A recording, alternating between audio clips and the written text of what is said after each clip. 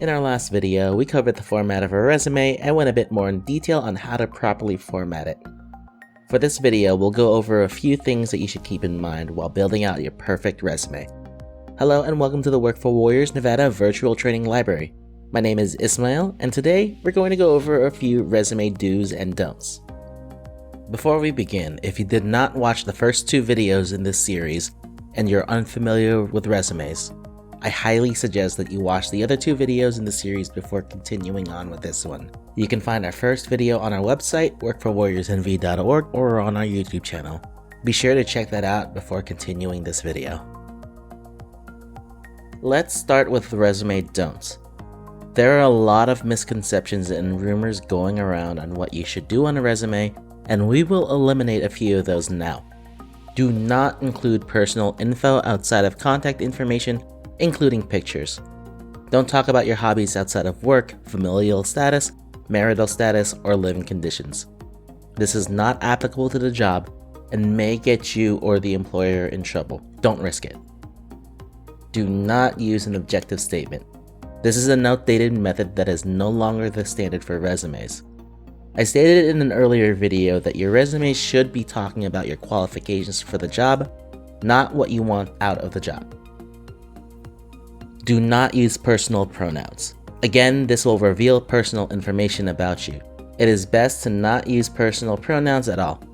A good way to do this is if you are going to use a sentence that you would use a personal pronoun in, take out that pronoun, look at the sentence, and rewrite it to ensure it makes sense. Do not put irrelevant work experience. This is a waste of space, wastes the employer's time with information they do not care about, and shows that you are just trying to fill space.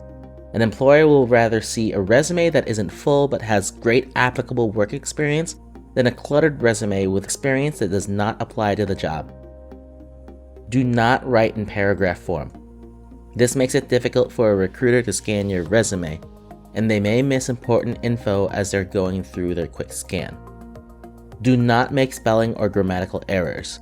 This will not be a good reflection of your professional self. Ensure you proofread and have a colleague proofread for you to ensure you don't miss any errors. And lastly, do not include references. This is a waste of space for your resume. If the employer would like references, they will request those during the application process. Remember, your resume is a summary of why you qualify for the job. References do not reflect your qualifications. Now that we've covered what you shouldn't do in a resume, let's talk about what you should do. Do use power or action words. These are extremely impactful, especially when a recruiter is quickly scanning your resume. Here's a few great examples of powerful verbs that you can open job descriptors with.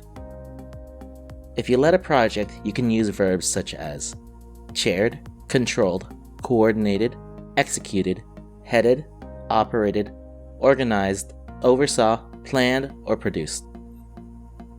If you've developed, created, or introduced a project that influenced the company, try verbs such as administered, built, created, developed, founded, engineered, formalized, implemented, launched, or spearheaded. If you developed a way to help your company operate more efficiently, try verbs such as conserve, consolidated, decreased, deducted, diagnosed, lessened, reconciled, reduced, or yielded.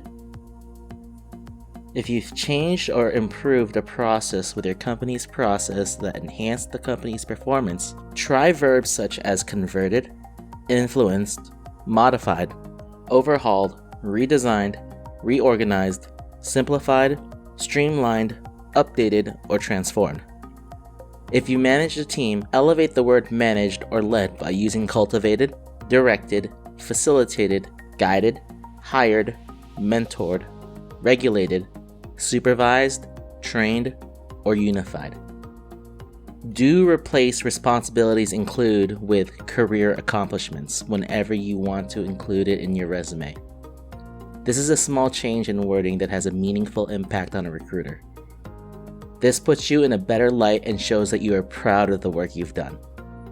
Do find ways to set you apart.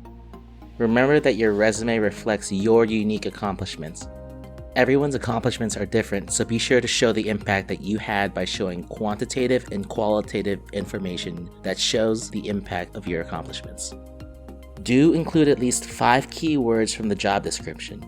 It proves to the employer that you read the job description thoroughly and have affirmed yourself that you qualify for the position. Do detail results and accomplishments and show how you have added value and solved problems for your company. Remember, qualitative and quantitative information sells yourself to the employer.